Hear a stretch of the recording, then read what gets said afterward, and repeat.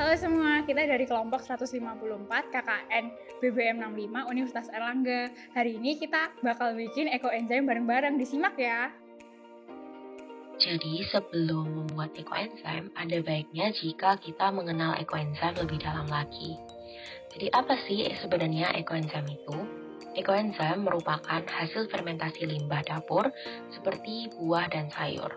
Nah, ekoenzim ini ditemukan oleh Dr. Rosukon Pumpanvom yang merupakan pendiri Asosiasi Pertanian Organik Thailand. Nah, ada 3 alasan mengapa kita harus membuat ekoenzim. Yang pertama adalah karena membuat ekoenzim itu mudah dan murah.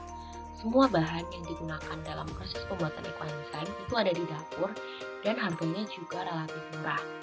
Yang kedua adalah dengan membuat ekoenzim kita dapat mengurangi limbah organik dan juga limbah plastik. Dan yang ketiga, ekoenzim ini memiliki banyak kegunaan di kehidupan kita sehari-hari. Untuk membuat ekoenzim ini kita menggunakan rumus perbandingan. Jadi ada 3 bahan yang akan kita gunakan, yaitu gula, kulit buah dan sayur, dan air.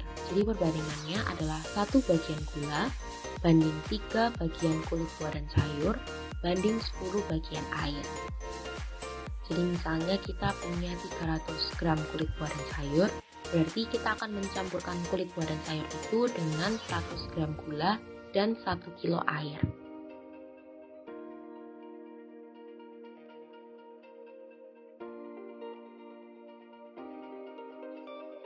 Ada beberapa hal yang perlu kita perhatikan ketika memilih kulit buah dan sayuran, yaitu kita hanya dapat menggunakan kulit buah dan sayuran yang mentah.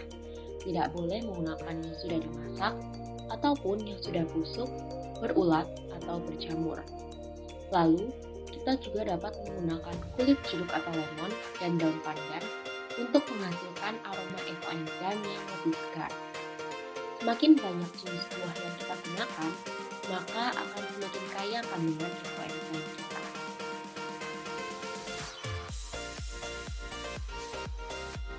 Ada beberapa jenis gula yang dapat digunakan untuk membuat ekoenzim, yaitu ada molase cair, molase kering, gula aren, gula kelapa, dan gula lontar. Nah, yang perlu diperhatikan adalah kita harus menghindari gula pasir, karena biasanya gula pasir ini sudah diproses secara kimiawi, jadi tidak akan memberikan hasil ekoenzim yang bagus dan maksimal.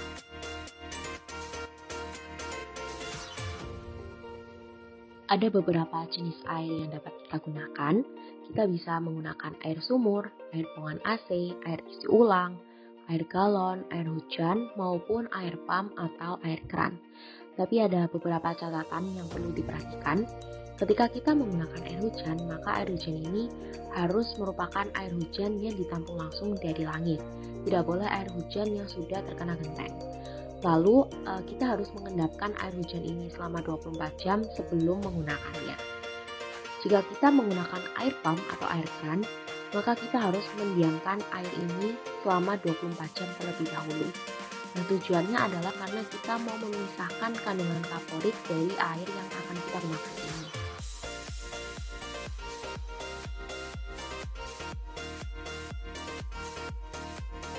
Ketika kita memilih wadah, kita harus memilih wadah yang berbahan plastik dan yang bermulut lebar. Hal ini dikarenakan dalam proses fermentasi ekoenzim akan muncul banyak gas. Ketika kita menggunakan wadah yang berbahan kaca dan logam ataupun wadah yang bermulut sempit, maka kemungkinan untuk meledak akan jauh lebih besar. Lokasi penyimpanan yang terbaik bagi ekoenzim adalah tempat yang jauh dari sinar matahari langsung, tempat yang memiliki sirkulasi udara yang baik, dan tempat yang jauh dari wifi, WC, tong sampah, tempat pembakaran sampah, dan bahan kimia. Kita dapat memanen ekoenzim 90 hari setelah tanggal pembuatan. Nah, untuk memanen, kita hanya perlu memisahkan antara ampas ekoenzim dengan airnya dengan cara menyaring, lalu air saringan ini kita simpan di wadah tertutup, bisa di botol atau di toples. Lalu, ekoenzim ini juga tidak memiliki tanggal kedaluarsa. Sementara untuk ampas ekoenzim itu dapat kita manfaatkan lebih lanjut lagi. Kita dapat menggunakannya sebagai pupuk tanaman organik, lalu dapat digunakan untuk membersihkan saluran kloset, dan juga untuk mengusir tikus. Nah, di bawah ini ada tabel takaran ekoenzim untuk digunakan dalam kehidupan sehari-hari.